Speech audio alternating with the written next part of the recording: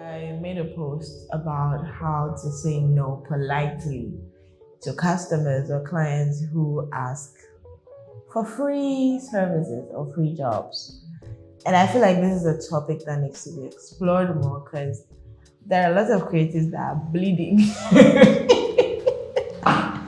Proper bleeding, isn't it? Like, they feel like if they say no to this person, they might lose their company, or if they say no to this person, it might seem rude. Yeah. So instead of telling them, hey, I'm actually not available for this service, or I'm sorry, let me recommend you for someone who could do it at your rate, they kind of just take it and then do it very shabbily.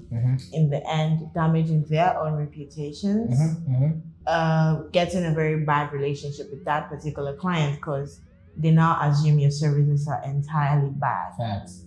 And then they also don't consider the fact that they asked for a free thing. Just as if once they asked you and you said you would do it, you were going to do it wholeheartedly. Right. So basically, I just want us to kind of dive deeper into saying no to clients when we need to, why we should do it, and why we shouldn't.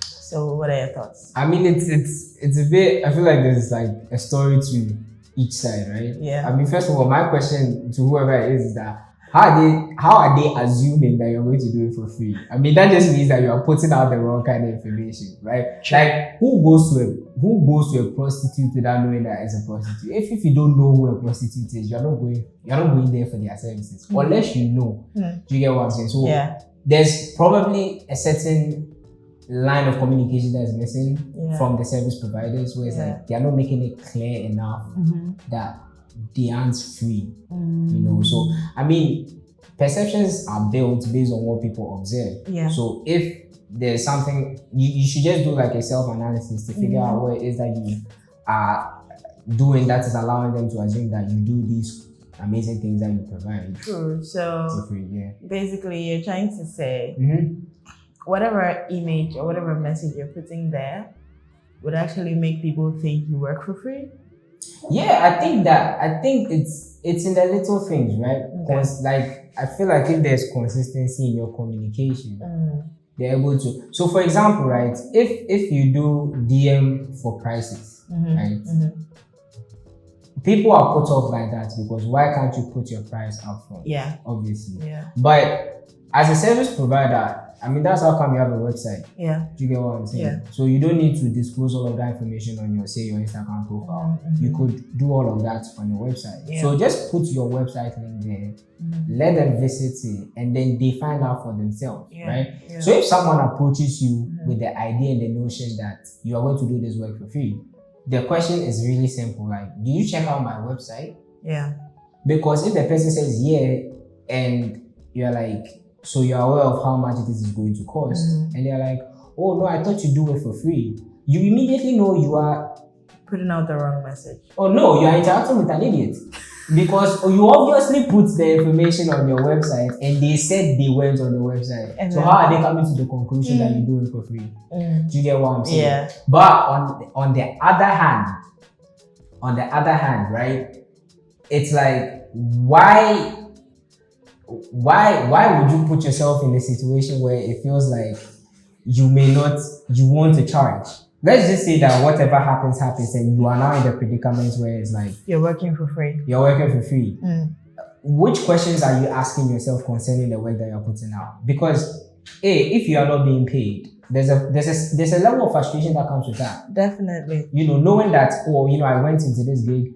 A lot of people go into gigs planning with the money that they are going to get from that gig. Of course. Do you know what I'm saying? So like, the wall of Jericho has come down. And like now you are staring, down an empty barrel, and you're trying to figure out what went wrong. And I think that the best thing you can do for yourself is to be honest. What does being honest mean? Be honest about the fact that if I am really sincere about the quality of work that I give out as a service provider, and I know that being in the situation that I am in, knowing that I'm not going to get money, will impede that, then I need to have a conversation with the client. Now, maybe there should be another episode where we get into like how to navigate that conversation. Yeah. But I think face value, when you know what you're about and the kind of quality that you offer, the kind of quality or value that you offer, you should be able to come to the point where you realize that this might hurt the kind of quality I might put out. Right. So then I should have a conversation with my clients that, yo, I hope A, B, C, D things are in mind. If they are not, then we should genuinely have a conversation about it, because the way I am set up, I work with A, B, C, D things, and I can't necessarily say I'm doing this for free. Do you get what I'm saying? So I feel like a lot of the service providers need to ask themselves, why would you want to, carry that stress of knowing that you're going to put in your all and get maybe they just don't know how to say no. Yeah, and I feel like it's, to a degree, it's a deeper problem as opposed to like just like not being able to say no to service providers, but like not being actually able to say no because of what you think you might lose. And also with our Ghanaian culture, we are taught to say yes to elderly people. Obviously, definitely. To people who are like older than us, and we feel like if we say no to these people, it's disrespectful. And then there's this notion that comes with, oh, if you do this thing for free, you get to meet more people in my circle that might connect you to bigger opportunities. So we're like, why not just do it? I might find somebody else in there who could pay me instead. That's a nice train of thought. I'll pick on the second thought, right? Which is that you get to introduce yourself to a bigger circle and whatnot. Exposure, that's what we call it, right? Exposure. My question is, how do you track that metric? How do you track exposure? Okay, so person X is your client and you're doing it for free, and you think that person X will eventually lead you to a circle of ABC, which maybe B would want your services as well, and then B would... Here's how flawed it is. If you are working with person X and person X is not paying you, how do you think he's going to introduce you to person ABC? He's going to say you are free. Of course. So now this circle that you are trying to break into is going to approach you the same way person X approach you. So you're getting the exposure, but at what cost? Exposure for free. Do you get what I'm saying? So it's like, I like the fact that people like to think that way, and it's obviously when you're starting out, you want to do a bit of freebies to get your name out there, and that's cool. But you should also be able to like match your timelines. How long do I really want to do this for free? And when should I start getting paid? You need to honestly have that conversation with yourself. Do you get what I'm saying? And if your customers, you're able to build trust with your customers and relationships, as time goes on, they will realize it. I feel like the communication will be clear enough for them to realize that you've now reached a point where you cannot absolutely do these things for free.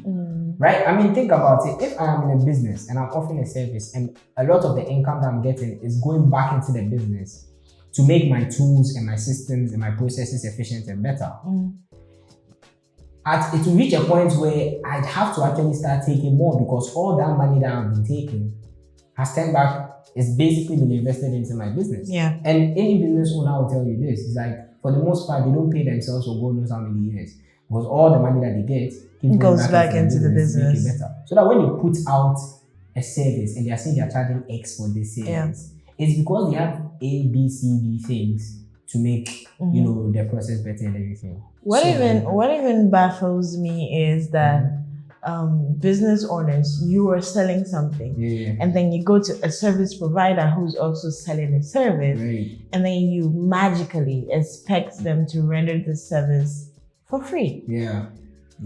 It's interesting. It is. That explains where you see yourself as a business owner, how you see the products you sell. How about I walk into your shop and tell you, hey, give me your products for free? I'll post a picture on Instagram for exposure. Yes. I have 8,000 followers. Sounds insane, doesn't it? But that's exactly what they are doing to the other service providers.